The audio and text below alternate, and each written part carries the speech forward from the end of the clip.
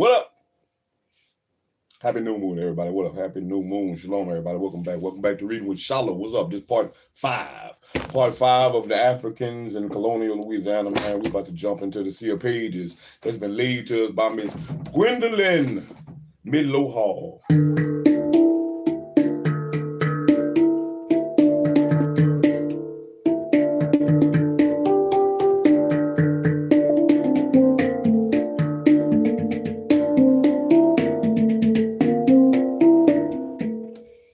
Finish up, man. We're gonna finish up with chapter 2.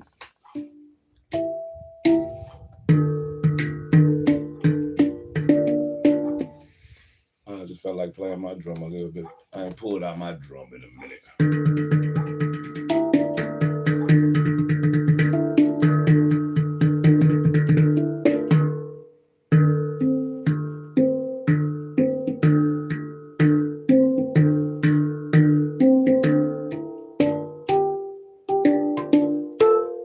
Sound, man. I love the sound of the drum.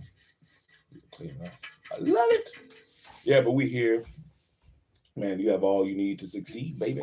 And since I got breath to read, baby, I guess I'm gonna go ahead and read, baby, and see what I can use as I might need, baby.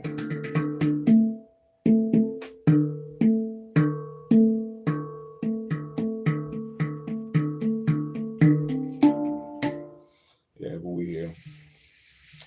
I wonder if it's similar to the drums that, as we read in this book, they was talking about the drums that would be beat by the wall-off tribes, and it would get them to moving, and it was almost like they wasn't working at all because of the beat of the drums that they had. It seemed like it was so easy, so easy.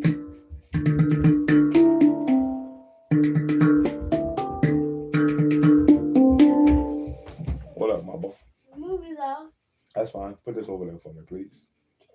Thank you. I put back in the Thank you. All right. So I said I was gonna come back around 7. So here I am. It's a little after 7, but we're gonna make it happen. We're gonna make it happen. We're gonna go ahead and push through. Cause it ain't gonna take us that long. We ain't gonna push through chapter 3. We got about maybe 1, 2, 3, 4, 5, 6, 7, about 7 pages. 7 pages to read.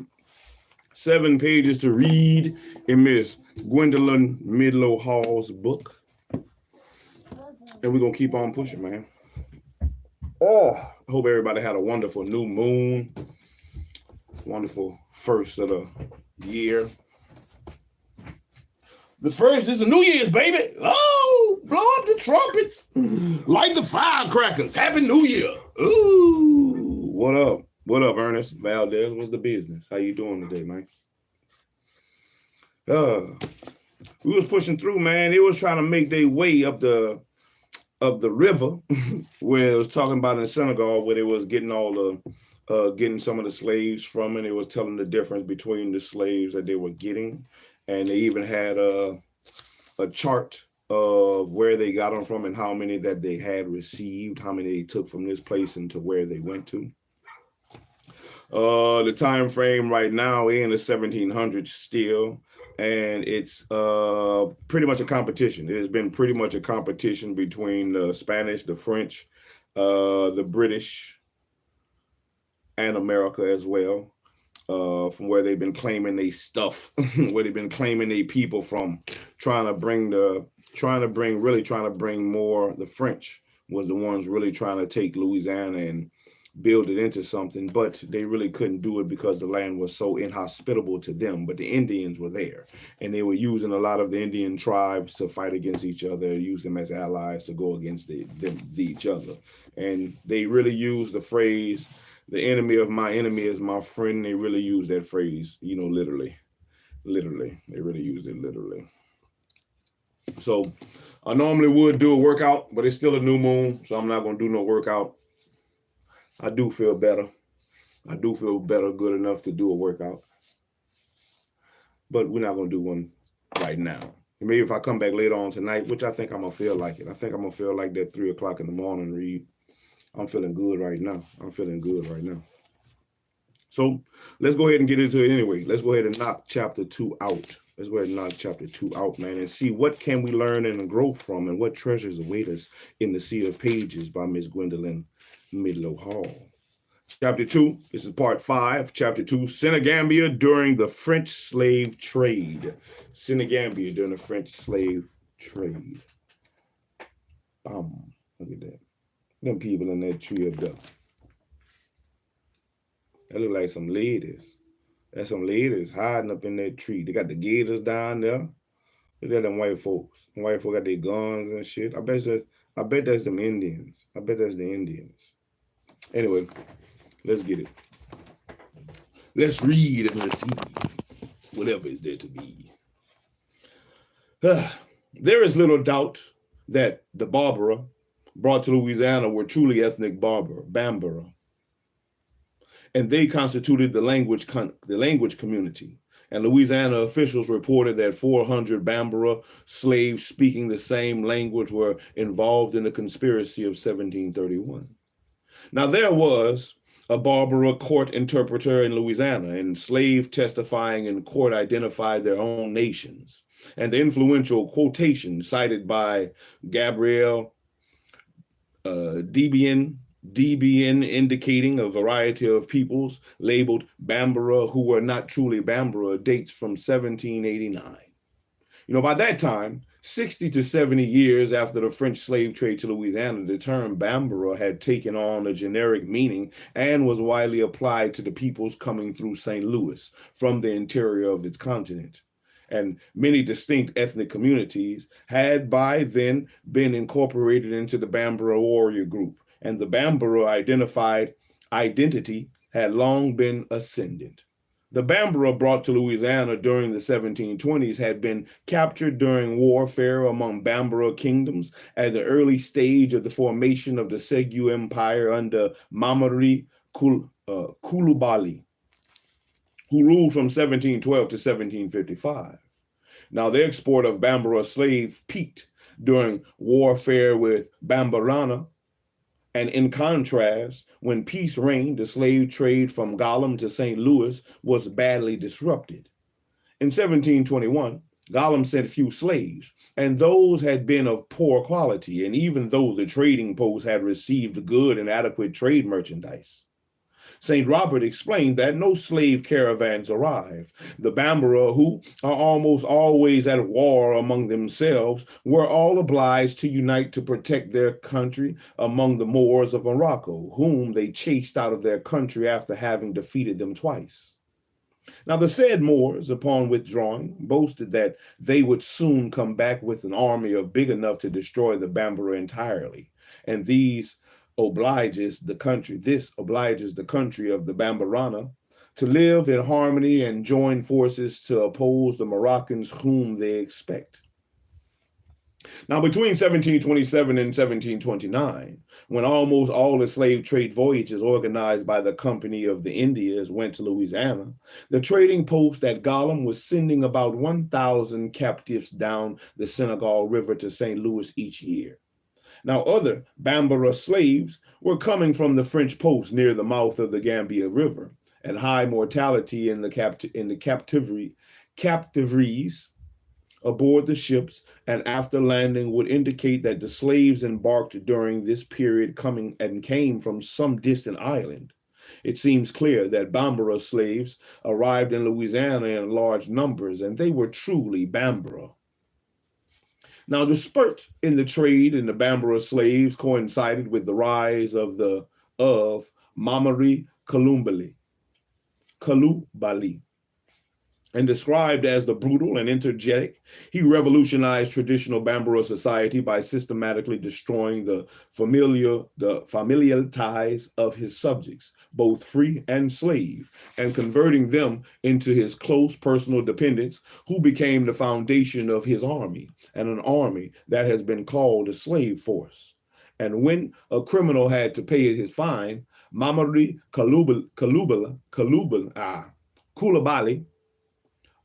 Coulibaly paid it for him. And if he was condemned to death, Mamari Coulibaly pardoned him. And when a suspect could not pay his tax, Mamre Coulibaly forgave the debt on the condition that he or one of his sons was placed at the disposition of the king. And he assured his peoples personal loyalty by attaching them to cults of which he was the leader and by creating a brotherhood of which he was both political and religious head. Traditional Bambara society was based upon the grain-producing agriculture commune controlled by the elders, and agriculture was their principal, and all worthy and noble persons were expected to cultivate the land. Rain-fed millet and sorghum were the major crops, and fishing and hunting supplemented the food supply. And hunters were respected and feared, and the Sugu Empire undermined the traditional gerontocracy. What is that? What is a gerontocracy? Shalom, 21 Seth. Shalom. What is a gerontocracy? Let's see if we can look that up. Let's mark it and look it up.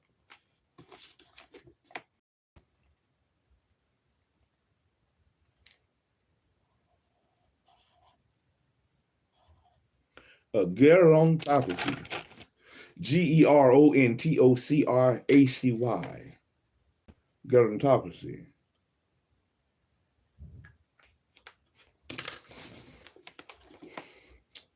Undermined the Segu Empire, undermined the traditional gerontocracy that controlled cereal producing, agrarian corporate communities. Let's see the Terminator note. Gerontocracy. Here's the definition of gerontocracy. Gerontocracy. A state, society, or group governed by old people. A gerontocracy. So all the papas and mamas was in charge of the gerontocracy. The gerontocracy. I wonder when, if a G says G, you know, when do you know to make it say J like a J? When? You know, who created this dumbass shit, man? A gerontocracy. They should have just put a J if it's J. A gerontocracy that controlled cereal producing agrarian corporate communities. The elders controlled the access to food, to wives, and to both practical and spiritual knowledge was challenged by the militarization of the young men who found an alternative to submission to their elders in warfare, plunder, and slave raiding. The crucial economic foundations of the Segu Bambara state. I don't think there's nothing wrong with a gerontocracy. I think that's what it has been for a long time in a lot of places, where the elders were in charge and the elders were the leaders.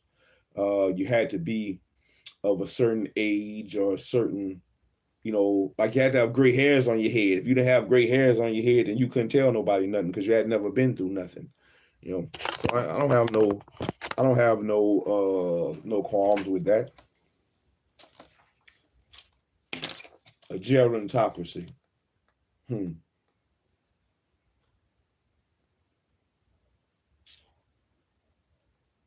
Nevertheless, the Bambara agricultural commune managed to survive the disruptions of the Segu Bambara state and the Umerian state and the French colonial rule, and it lives on to the present day.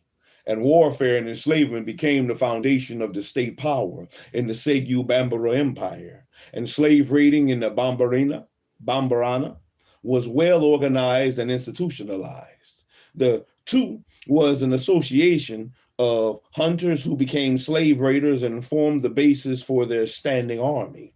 And in formal warfare, the booty, including enslaved people, became the collective property of the two.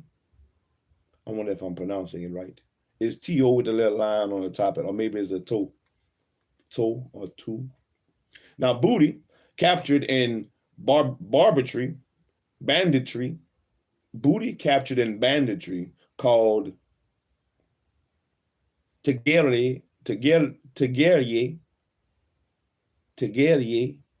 or Tegeria was the private property of the individual raider, and the greatest number of the slaves were captured by state warriors, Kalakala, who would take whole villages or groups of villages, and captured and enslaved Bambara did not all go to the Atlantic.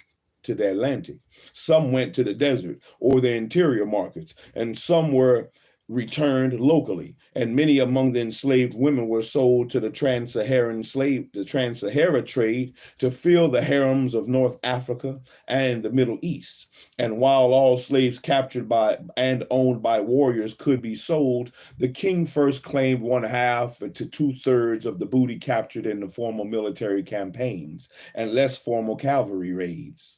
Only some of the king's slaves could be sold, and many were instead incorporated into the elite guards and cavalry troops. And some of the king's slaves worked the state's fields near Segu. Now, who were the Bambara brought to Louisiana? We know quite a bit about the Bambara during the early 18th century without relying entirely upon Eurocentric sources and or projecting backward in time. The Bambara are the Mande people with a strong tradition of oral history, and they trace their ancestry to the great 13th century Mali Empire in the region where the upper the upper Niger River, because that's how it was pronounced. It was really pronounced nigger. The upper Niger River intersects Mali and Guyana. Now, the modern Mande peoples are, besides the Bambara, the Mandinka, the Maninka, the Malinka, the Mandinga, the Manya, the Dayula, the Daranka, and the Wangara. Feel like I'm talking like in Black Panther.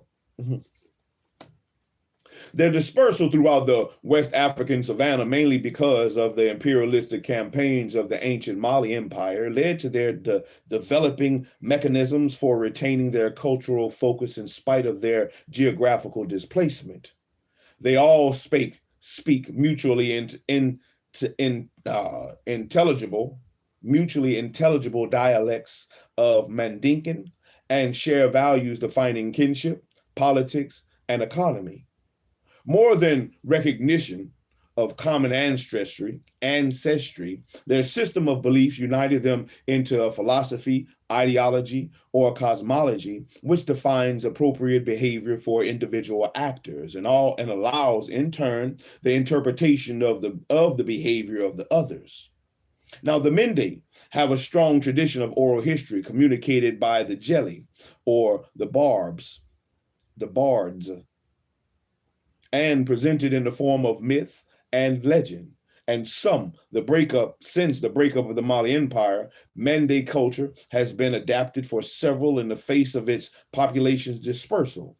Now, Mende people traditionally have had and still have strong mechanisms for retaining the cultural focus of their civilization, while at the same time providing for necessary innovation among their widely scattered members. And oral tradition plays a major role in preserving their cultural focus. Now, the collective wisdom of the Bambara is passed on by the frequent citing of proverbs in ordinary conversation. And according to Bootsoulja337,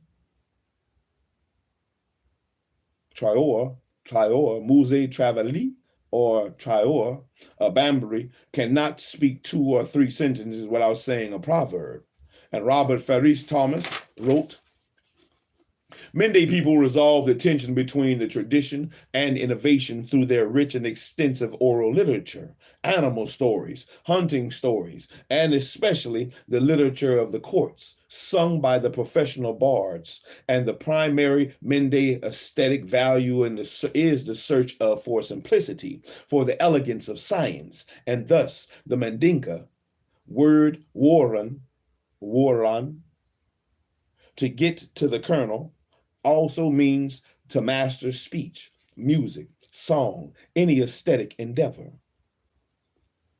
Reading that last little couple of sentences about the animal stories reminds me of, it does go into this other book that I read, Mules and Men, when that's what they mentioned, a lot of mules and men. Miss Hurst that wrote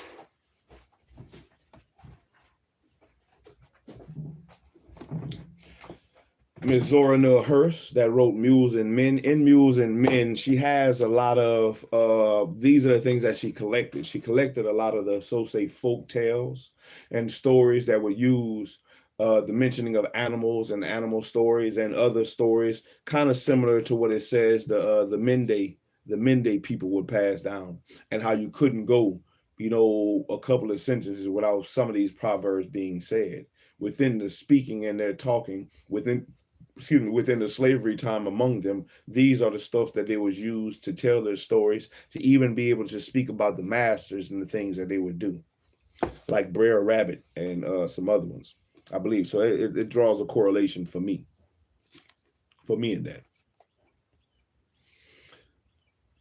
Now, while the casted griot was protected from enslavement and was therefore unlikely to have been sent across the Atlantic, folk storytellers were legion, and each family, each neighborhood had its favorite.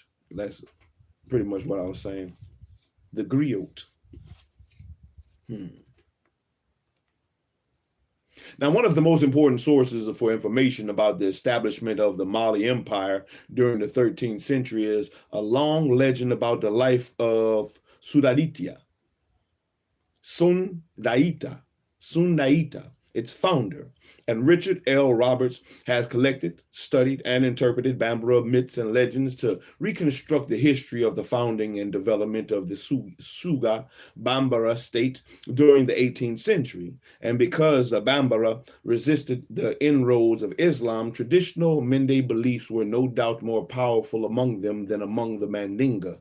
And French historians and anthropologists have studied Bambara myths, cosmology, and religion, and social organization. And although these studies were made during the 20th century, they involve customs and beliefs that tend to be conservative and therefore likely to have existed far enough in the past to have influenced the world view of the Bambara brought to Louisiana. Now, our understanding of Bambara cosmology is a coherent system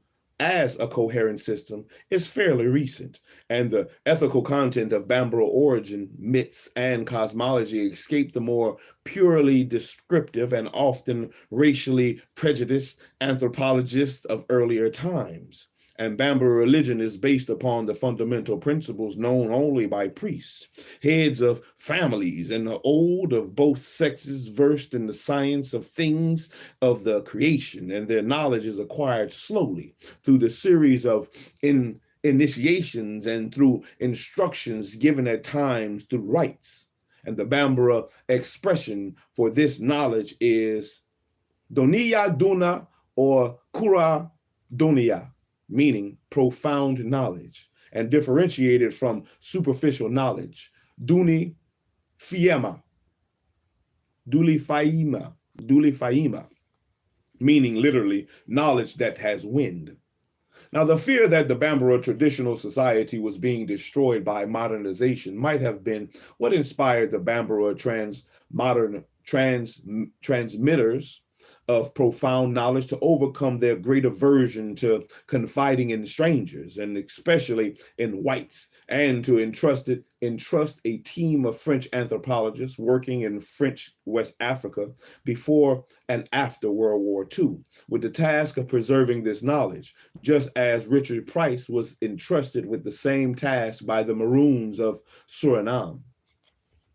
Now, the Bambara explained that the creation of the universe was an extremely complex process in which the world emerged from the original void and motion that gradually took on voice and vibration and created all the elements of the universe and gave birth to sound, light, all creatures, all actions, and all sentiments, as well as to human consciousness. Pemba, the wood spirit, reigned first and spent his first 7 years on earth as a whirlwind. The creator, Musa Korini, the first woman who gave birth to all living creatures, including lower animals and vegetables. Thus, all living creatures, both animal and vegetable, are descended from the first woman and are thus blood relatives of humans. And reverence for all forms of life is therefore central to Bambara belief. The value of androgyny is also a fundamental theme, and the conflict between the sexes, symbolized by the corporal separation of Pemba and Musa Korani. Their conflicts and quarrels became the source of cosmic discord, which was combated by the harmony established by the androgynous water spirit, Pharaoh. Now, Pemba, the first man, became promiscuous and abandoned Musa Korini, the first woman, and in order to avoid starving, she created agriculture and taught its techniques. Now, Pemba's desertion drove Musa Korini mad, and her madness, called Wanzo, she traveled in all directions, spreading impurity wherever she went. Pemba pursued her in vain, and finally seeking help from Pharaoh, Pharaoh found her, vanquished her, and tried to get her to submit. But she refused, and declaring herself free, and thus bringing evil, disorder, and death into the universe. Pharaoh then established supremacy over Pemba, and establishing the principle of androgyny, the vibration of duality that brings order to the universe. The androgynous water spirit triumph over the promiscuous male wood spirit represents the triumph of reason and moderation over blind force. And Pharaoh is the light and the master of the word, builder of the seven heavens, the representative of will and wisdom that control the demands of the sexual impulse. This creation myth has a Freudian or Freudian focus and pinpointing uncontrolled sexuality and gender conflict as the source of disorder and madness. And in the rites of circumcision and exorcism, the young person who is about to enter adulthood is symbolically relieved of Wanzo, representing disorder, which resides in the foreskin of the male and the clitoris of the female. And unlike male circumcision, clitoridectomy is a form of sexual mutilation that is common among Sudanic lands influenced by Islam. And it is unclear whether this practice was introduced after the Bambara became Islamized, or if it existed among them during the 18th century. Now, Labat claimed that the Mandinga used clitoridectomy as a means of trying to ensure fidelity among their women, and symbolically, at least, the Bambara viewed male and female circumcision as a ritual intended to control the sexual impulse of both sexes through reason, moderation, and wisdom, allowing for the triumph of androgyny over the conflict between male and female. But women got the worst of it by far. Isn't androgyny, isn't that like something having both sexes, something like that? Androgyny.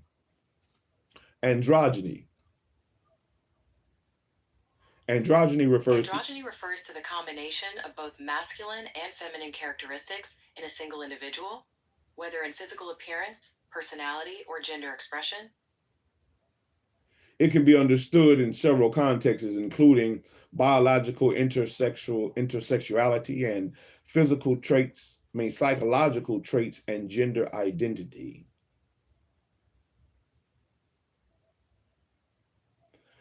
In biology, androgyny can describe intersex individuals who possess characteristics of both sexes, such as having internal or external genitalia of both types. What they call it? That's not an androgyny. I never heard that androgynous. That's not what they call it. They call it hermaphrodite. That's what they call it, a hermaphrodite. These individuals may have a blend of male and female physical attributes. So it might be a man with a meat, but he got titties, I guess. And he act kind of. Or maybe there's a woman that has a beard. Maybe it goes into that, I'm not sure.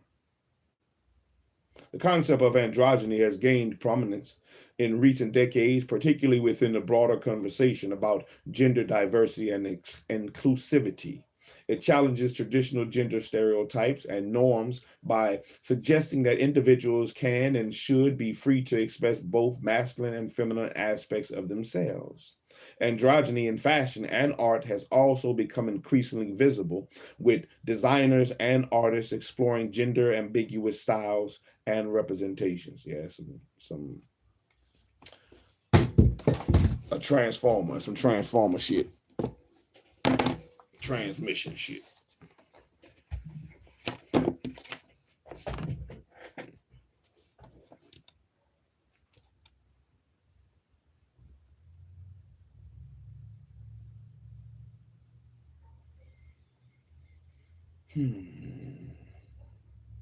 Bambara creation myths demonstrate a flexible approach to life and the ability to be comfortable with duality and seeming contradiction.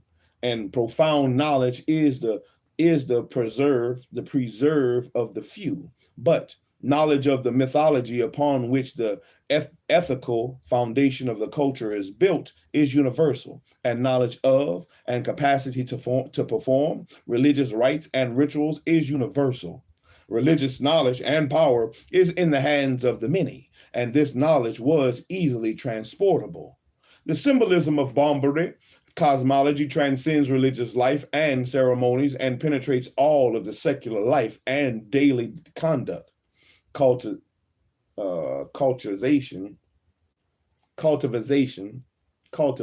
there we go. Cultivation of the soil is a religious act, and each blow of the hoe is a wound made upon the earth, a punishment for its impurity. Damn, I sure put a lot of blows on the earth when I was out there digging up that garden. Man. Each blow of the hoe is a wound made upon the earth, a punishment for its impurities, and act of purification, and Pharaoh looks after the soul and vital force of grains. Only Pharaoh can give the rain necessary for the germination, and rain contains the ni, a part of the soul of the cereals. And Jermaine Dieterlen wrote, the Bambara, as well as many other blacks, make of man a universe and stars to the objects of everyday use, for the mind to garbage. And indeed, the only observable moments or monuments consist of furniture, utensils, and musical instruments, whose forms and ornamentations transmit metaphysical principles upon which Bambara thought is based. And thus, each artisan creates religious objects, each color, each band of cloth, each design and pattern of textile, each article of clothing, each ornament, each number has religious significance. And there is, thus, no separation between artisanship, artistic creation, the religious observance. Cowrie shells, used both as money and as decoration, are sacred because they come from deep water and from the bed of Pharaoh. And the number 3 represents the male, for the 2 testicles and the penis. And the number 4 represents the female, for the 4 lips. Males are scarified with 3 lines on the face, and females with 4. Okay, that's why I was thinking right. They are scarified with 3 lines on the face and females with 4. The number 7 is the perfect number, representing the androgynous unity of male-female duality, and the parts of the body have religious significance. Hair contains an important past of this part of the soul, the knee. The ear is decorated because of its functions, and men wear 3 rings of copper on the right ear and 4 on the left, representing the complete androgynous person. And women wear 4 bobs on each ear. But the symbolism goes deeper. The wind spirit, Teliko, created by Pharaoh, is the master of wind and sound. And here is what is said to everyone. Ornaments of copper, that the preferred metal of Pharaoh, attract sound and send it to Teliko and Pharaoh, who thus judge the words and acts of people, and perception and speech have transcendent significance. The bearer of false news and bad words is heard and judged by Pharaoh and Teliko, and amable, amiable, amiable and constructive words. I thought it was a name. Amiable and constructive words profit for the one to whom they are addressed. And Teliko changes the air sent by the speaker into favorable Nyama, spiritual power. And the person to whom good words are addressed should open the eyes wide and look at the person speaking in order to receive them, and close the ears so as to not to lose the word's effect. But bad words and insults injure both the hearer and the speaker, and sight has the same transcendent effect as hearing and speech. And if an object belonging to a person is seen and desired by another, the owner cannot refuse it to him. Sight only establishes a bond between the object and the viewer that is stronger than the right of property. Now, musical performance is a religious activity, and each musical performance is a prayer. The harp, through its rhythms and tones, restores order to all that is troubled in the universe. And before the beginning to play, the harpist places his mouth to the opening of the case and whispers to Pharaoh, "Now it is your turn. Organize the world." Thus, everyday activities have a ceremonial, religious significance that is and was easily transportable.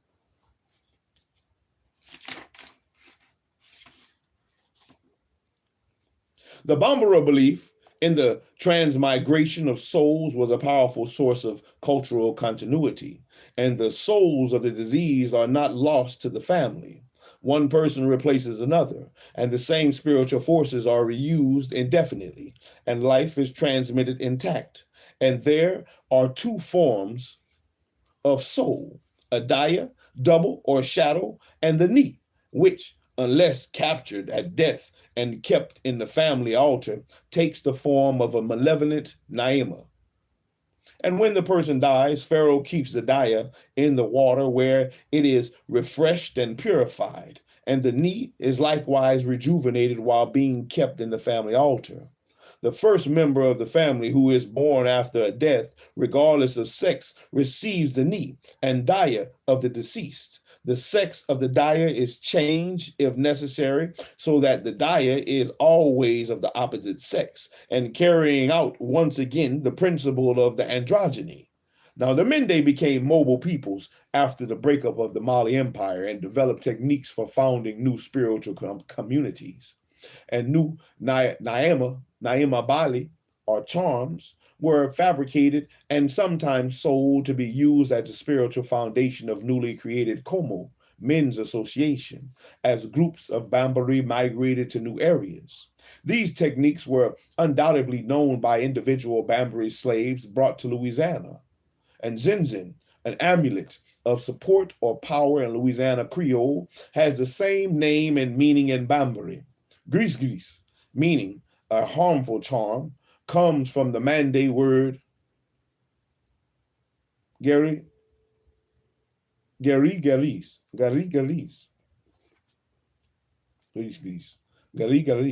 And Dupratz described the slaves of early Louisiana as very superstitious and attached to their prejudices and to charms, which they call gris, and charms are created to protect the wearer. Although animal sacrifice is involved in making these charms, they express ironically respect and reverence for life. And the Bambara, for example, believe that every person is vulnerable to the presence of the Nyoma because everyone destroys plants, crushes insects, and wounds other living creatures, and not only in one subject to attack from the displaced souls of creatures once alive, but these malevolent forces are transmitted to others through touch.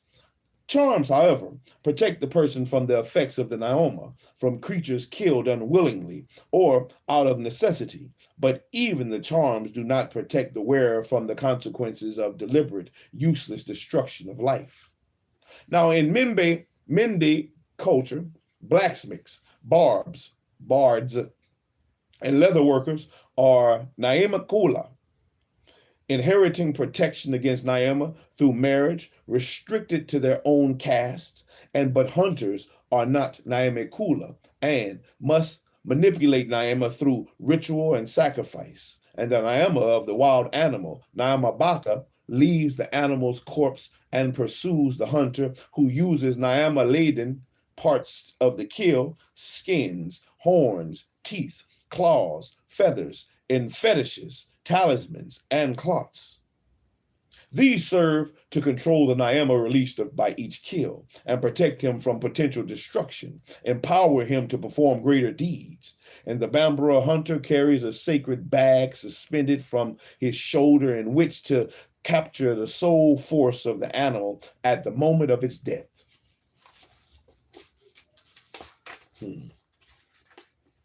Now, magic protects and supports as well as harms, and the Bambara believe that all animals and plants have souls, a belief that probably derives from their descent from Musa Karini, and the first woman who gave birth to all forms of life.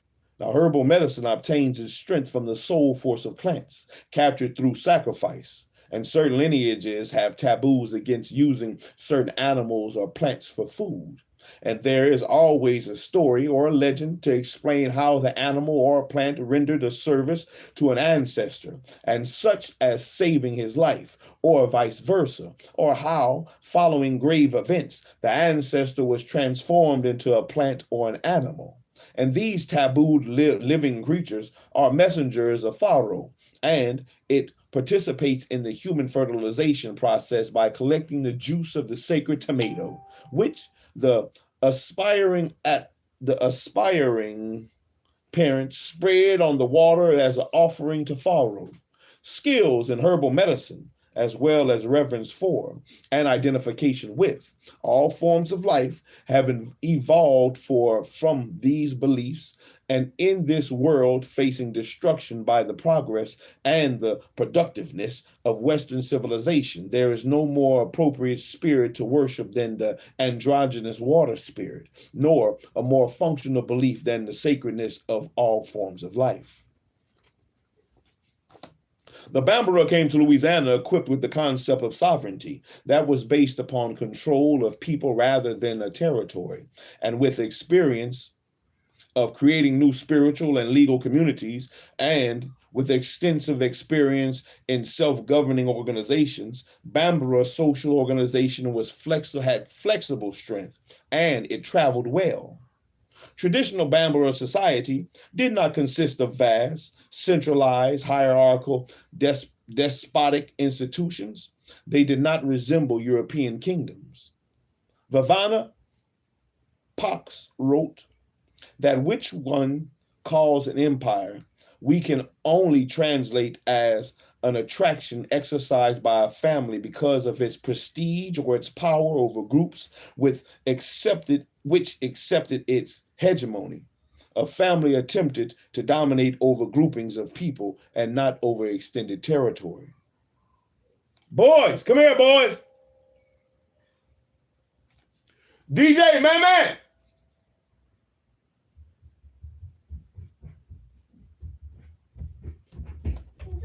Hey, look, I'm almost done reading. Go put on y'all, change out of that, go put on y'all jeans and stuff so we go to the store right quick after I'm done. Okay, what store will Don't worry about that. Just go put on your clothes. Clothes.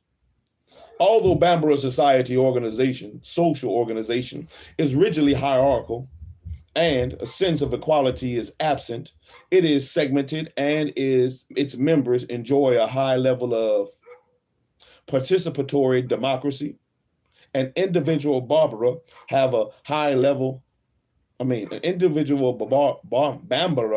have a strong sense of justice, and they participate in organized groups from early childhood and divided according to age and gender. And the first group is the children between the ages of 6 and 9. The next group comprises youth from age 10 to about age 15, when groups of adolescents are circumcised and admitted into adult societies. Each group has a leader, a tontigi for the boys and a musotigi for the girls. Each has an assistant or leader called a sair, a treasurer, and a tonyili or griot. The leadership is elected by the members, and women have their own powerful hierarchical societies, of which less is known because Bambara women are more traditional and closed-mouthed than the men. Now, women's roles in practicing is more active and autonomous than their status under traditional law would indicate. And a woman can inherit all the goods of the head of the family, even a chief, in the absence of the male heir. Now, the Mali Empire once had a Kita woman at its head, daughter of Nai Fa Maghan. Now, slavery was not associated with powerlessness. Slaves were not pariahs.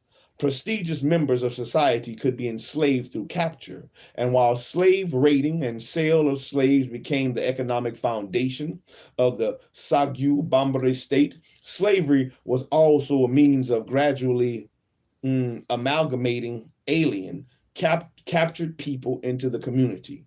Now, hegemony could be achieved through the military use of slaves, and Bambari became slaves through capture and warfare for punishment of the crime or by birth. Now, criminals condemned to slavery were sold outside the country, and if a slave woman was fertilized by a free man, she and her child became free. Where there were large numbers of slaves, they were organized into age groups. The Wuloso, leader of the oldest age groups of slaves, became chief of the Dayonkulu and the assembly of the slaves and could play an important role in society. And in Segu, the example, he became the spokesman for all the complaints of slaves, and he confirmed or denied the power of his successor by assuring or denying the submission of all the captives. Now, the Fama arranged the marriages of the Wuluso, established by him materially. That's it. Established him materially, admitted him to his cult, and meted out important tasks to him. Now, the Fama sometimes married the Wuluso's daughter and united with him through blood, brotherhood, and oath. The children of the Wuluso were often circumcised with those of the master and establishing a powerful age group bond. He bore the name of his master and could own slaves, and the third generation of Wuluso became free. And as in any society that relies heavily on slaves for military purposes, the slaves' condition was moderated and their sense of their own power enhanced by the essential services they performed and by their access to weapons and military training. Now, the Bambara have the world view and concept of social organization that is resilient, functional, and designed to travel well. And territorial expansion could take place through the settlement of unoccupied territory. And the first occupant became the chief of the land. If other families wished to settle there, they had to ask his permission. And although they were general principles of traditional law, no codified law such as the Quran or the biblical commandments existed, and the creation and administration of law was segmented. Justice was rendered and in accordance with rules transmitted from generation to generation within each community and sanctified by appeals to the heritage of the ancestors. The Fama and his council could promulgate new laws, but first they had to consult the Como, the organization to which all male circumcised men belong, and each swore on the shrine of the ancestors to obey the law, which thus became sacred. And while the segmentation of Bambara society gave it flexibility, its tradition of alliances gave it strength. And these alliances allowed the Bambara to realize their concept of empire through control of people rather than of territory. Alliances were created by marriages systematically reinforced through the custom of exchanging women between two peoples. Alliances could be created through Dayonge, a pact of fraternity symbolically sealed when the parties involved in the pact mix several drops of blood from their forearms with goat's milk, announced the conditions of alliance, and swore on the ancestors. Now, each party then drank part of the beverage, and such an alliance committed all their descendants to mutual assistance. The Sininkuya is a particular form of alliance that can be both inter and intra-tribal. It serves, among other purposes, to mitigate inequalities in the society and control any tendencies of the powerful to abuse their power. And the Sininkuya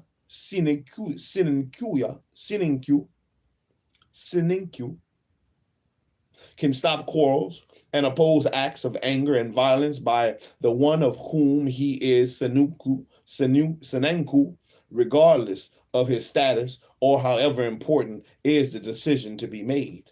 The Senenku of the Fama can prevent the declaration of war or the execution of one of his subjects. Now, Mende reasoning is not linear, and rationality is an understanding of balance, duality, and the unity of opposites. This type of reasoning applies to the social order, and the Mende provide an honored place for both the conformist and the innovator.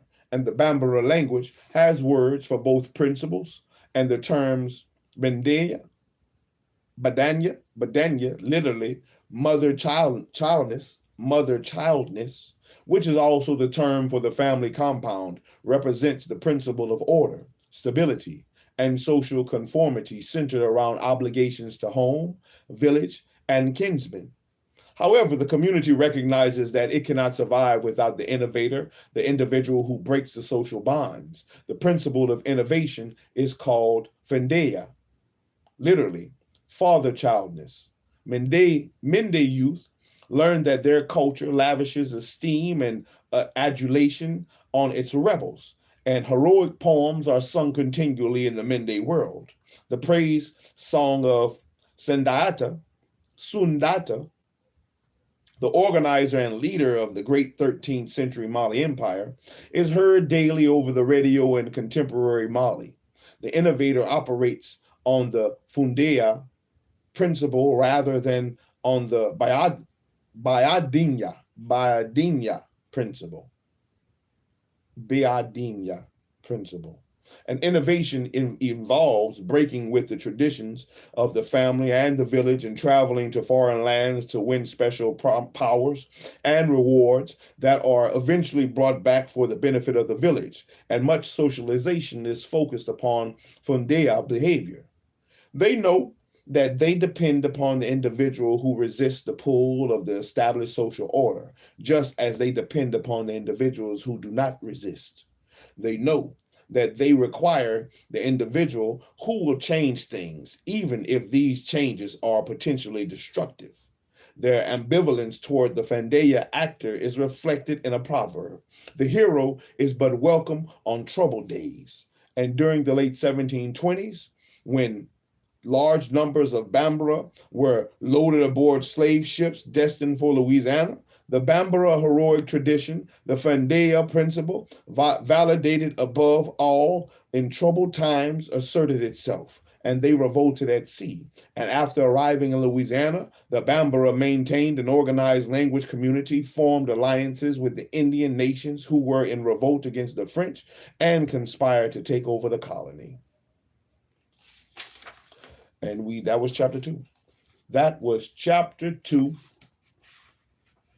of Africans in Colonial Louisiana by Miss GWENDOLYN MIDLO Hall, named Senegambia during the French slave trade. And we made it to chapter 3. Chapter 3 is Death and Revolt, the French slave trade to Louisiana. Death and Revolt, the French slave trade to Louisiana. I already see some stuff talking about the French Caribbean. So this probably is going to go into some stuff concerning Toussaint Louverture. It's probably going to go into some stuff with Toussaint.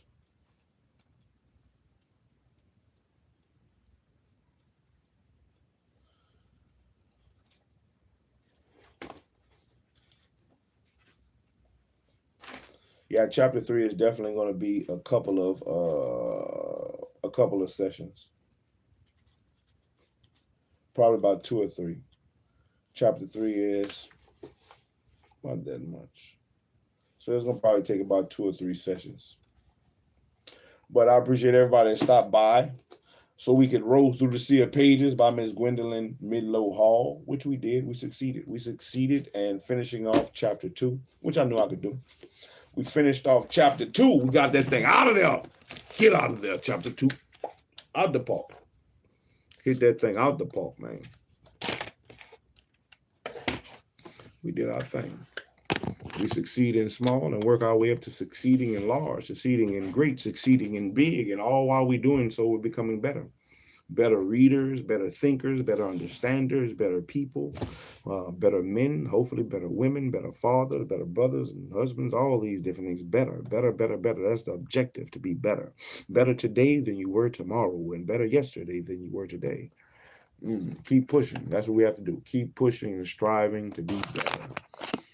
Learn, learn, learn, learn. Each of these little things, you may not think it much now, but, it might be something in there that might grasp you. That might grasp you to help you. It just might click, make something click in your mind, man.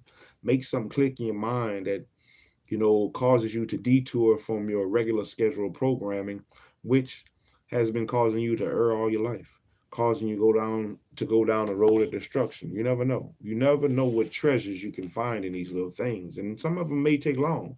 It may take you long to unearth the treasure, just like an anthropologist or an archaeologist. Just like an archaeologist has to dig through dirt upon dirt upon dirt until they finally found that fossil or that piece of artifact that tells them that something else, it might be here. Something bigger might be underneath there. And I just have to take time to unearth it. Or you might find that little map of the sunken treasure that leads you on a treasure hunt, like on a pirate ship, to the X marks the spot. But it's going to take us a little bit at a time. A little bit at a time. A little bit at a time. We can't, I know for me, I can't. I have to take my time a little bit at a time, which is why I do the sessions about an hour reading or so at a time. I don't want to bite more than I can chew. I don't want to bite off more than I can chew. I don't want to overexert myself, and I want to have a certain kind of flow as I read. I want to have a certain kind of flow as I read because I'm not only reading it for you, but I'm reading it for myself. I never read this book before. This is my first time reading the book, just like I'm pretty sure it's some of y'all first time even hearing of the book. So we're going to try to, take it one slice at a time, 1 hour at a time. I appreciate everybody that came through, man. Rock with me, listen to me, man. Showed up, sent me a message, put a like in the thing. I appreciate it. Like, comment, subscribe, share, tell your people, man. SHILO out here reading shit. We doing shit. We learning shit. We trying to be better, man. Building shit, growing shit. We're going to be carving shit. We're going to be doing some shit. Hunting and fishing some shit. Meeking some shit. We're going to be out here. We're trying to do something, man. Trying to change some things, change some shit, rearrange some shit. And the first is to rearrange your thinking, rearrange the stuff in your mind, burn down the plantations that you have built up in your mind, the walls, the stumbling blocks, the speed bumps, the detours, the things that you have, the tide towers that you have built up in your own minds. We have to destroy some of them things, man, so we can build ourselves anew. Come back and build ourselves anew. And when we build ourselves anew, we're going to be better and more beautiful than we was before. More beautiful than we was before.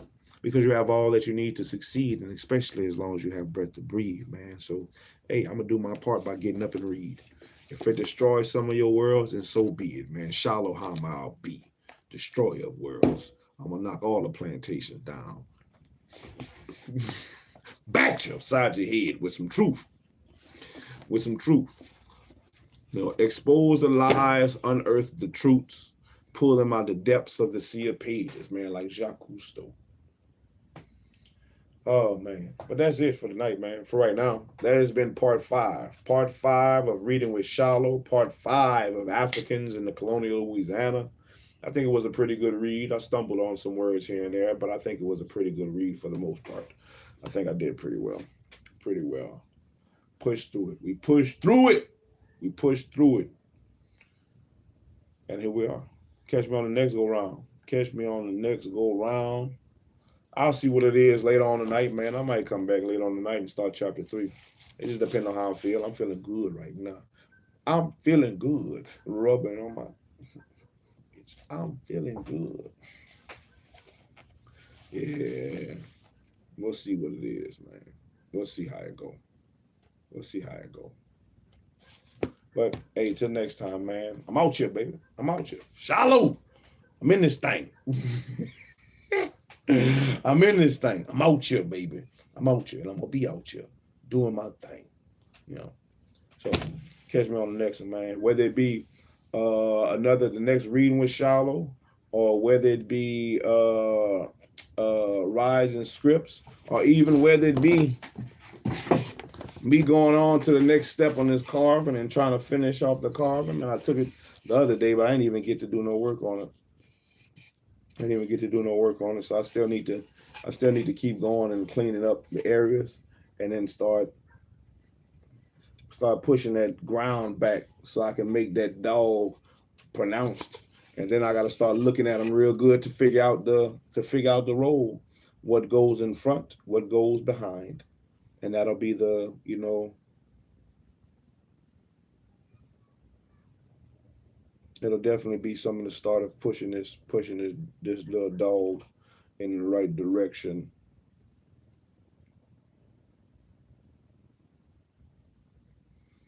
I'm going to take my time on this, man. The faces was, I think the faces are gonna, because this part has to be out. This part has to be out. The tongue has to be out. Yeah, I'm going to have to sit down and look at it, man. Sit down and examine it and see where I got to go, which direction I got to go with it. I think that the tail is easy. The legs and the feet going to be easy. Is that tongue and that nose? Is the tongue the nose? I'm probably going to work the mouth first. Like when it comes to this, I'm probably going to hollow all that out. Not hollow it out, but just dig into that mouth. So that way, you can show it'll give that tongue more definition and pushed out, whatnot. And then I can work on the nose and work on the face and the ears. But I think I have the tail. The tail gonna be easy. The tail will be easy. The back arm right here will be easy because all it has to get pushed back. I know those have to get pushed back. This has to get pushed back. This back foot has to get pushed back. Yeah, this has to get pushed. This ear has to get pushed back.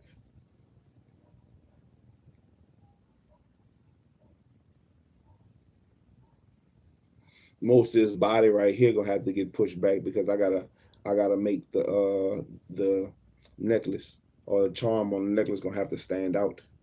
So, but I'll figure it out. And then we'll take it a little step at a time. I'll probably do a live on that one of these nights. One of these nights I'm not doing nothing. I'll get up in here and start carving again, making some headway on it. We'll keep pushing no matter what it is. No matter what we're doing, we'll keep pushing and succeed at the little things. We're going to take one step at a time. Succeed, man. So, shalom, everybody. I hope y'all have a wonderful night. Till next time, catch me on the back end. If you feel like, if you just coming in and you only caught the ass end of chapter 2, go in my videos and check for the beginning of the book and catch up. Go catch up. Go rewatch from part 1 through part 4, so you can catch up with the preface, chapter 1, and the beginning of chapter 2, since you already caught the end of chapter 2. and catch your ass up and see what we learning about, see what we reading about in Africans in Colonial Louisiana by Ms. Gwendolyn MIDLO Hall. Shalom, everybody. Have a nice night.